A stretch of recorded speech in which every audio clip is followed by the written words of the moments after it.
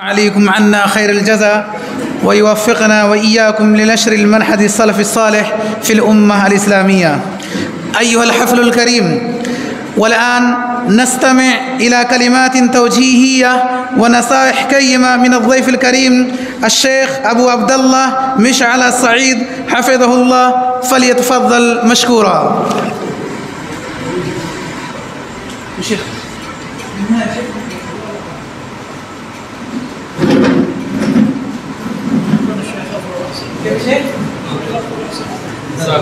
حتى كنت لشيخ.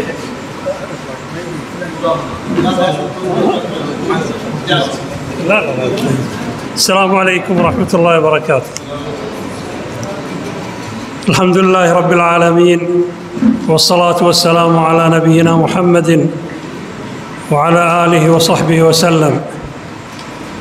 نحمد الله تبارك وتعالى أن يسر لنا هذه الزيارة المباركة في هذا المكان المبارك، في هذه الجامعة المشهودة، وفي هذا المكان الذي أقيم على لا إله إلا الله.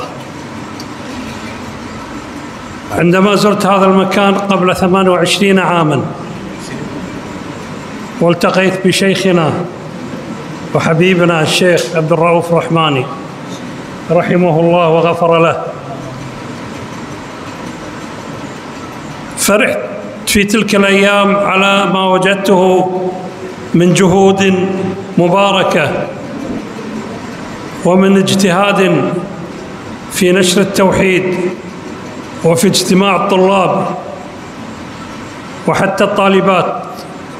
يعني مدرسة عائشة الصديقة أذكر أنها كانت موجودة في ذاك الوقت، وكان الشيخ رحمه الله مجتهدا رغم كبر سنه في ذاك الوقت على أن يكون على أنه كان حريصا على أن تكون هذه الجامعة منارة لنشر التوحيد.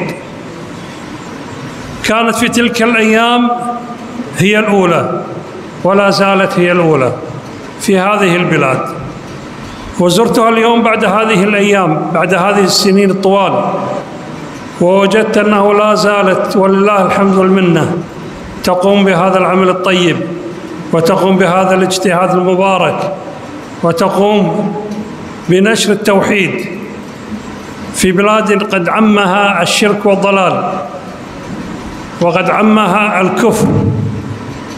ولكن هذه منارة وهذه نبراس يستفيد منه المسلمين. هذه ابتداءً. الإخوان طلبوا مني كلمة وأنا لست لها، لكن حباً لهم وكرامة قبلت أن أكون في هذا المكان، فأقول وأنصح وأبين بأن من تيسر له أن يكون في هذا المكان فهذه نعمة من الله تبارك وتعالى.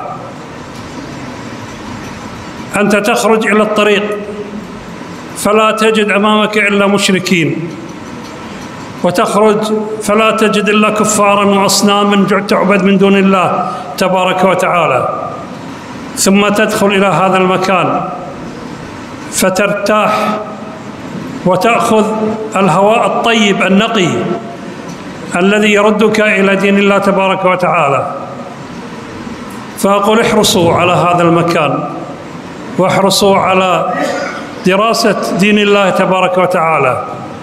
تيسر لكم ما لم يتيسر لغيركم، وهذا الكلام لإخواني الطلاب.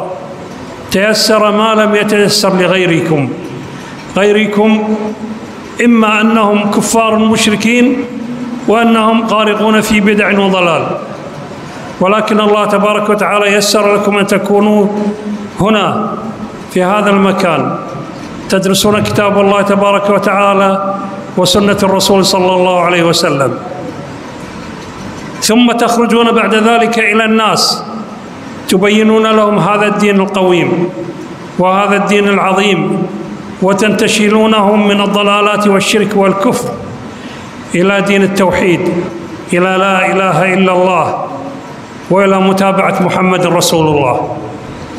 أقول اجتهدوا واحرصوا على أن يكون لكم اتباع مع مشايخكم وعلمائكم الذين موجودين معكم الآن. تيسر لكم أن يكون معكم هؤلاء الرجال وهؤلاء العلماء وهؤلاء المشايخ. آخرين لم يتيسر لهم هذا، فلذلك احرصوا واجتهدوا على أن تأخذوا منهم وعلى أن تتعلموا منهم وعلى أن تأخذوا الدين والتربية منهم. اجعلوهم يربونكم، اجعلونهم يعلمونكم، اجعلوهم يعطونكم ما عندهم من العلم. والله أنا أتكلم وأنا أعرف أنهم يتمنون أن تكونوا أفضل منهم، لأن الرجل يريد لأبنائه أن يكونوا دائما أحسن منه وأفضل منه.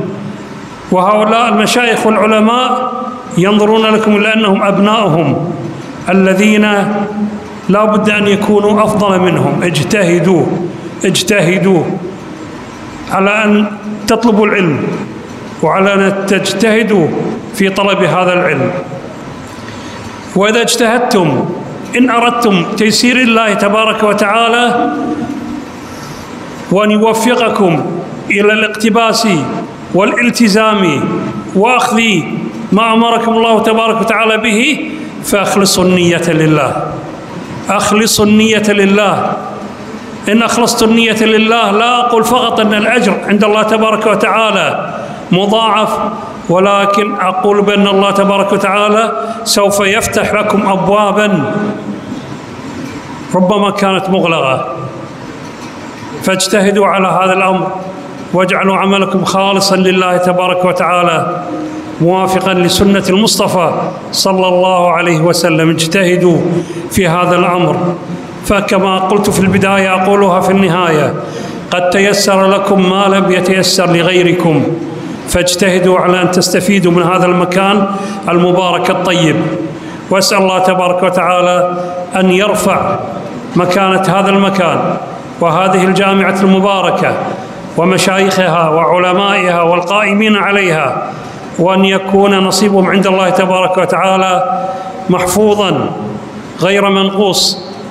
ولا شك بأن أثركم وحسناتكم سوف ترجع إلى مؤسس هذه الجامعة وإلى من قام بعده بها، شيخنا رحمه الله، وإلى القائمين بعده والذين سوف يذكرهم الله عنده في ملأ خير منكم.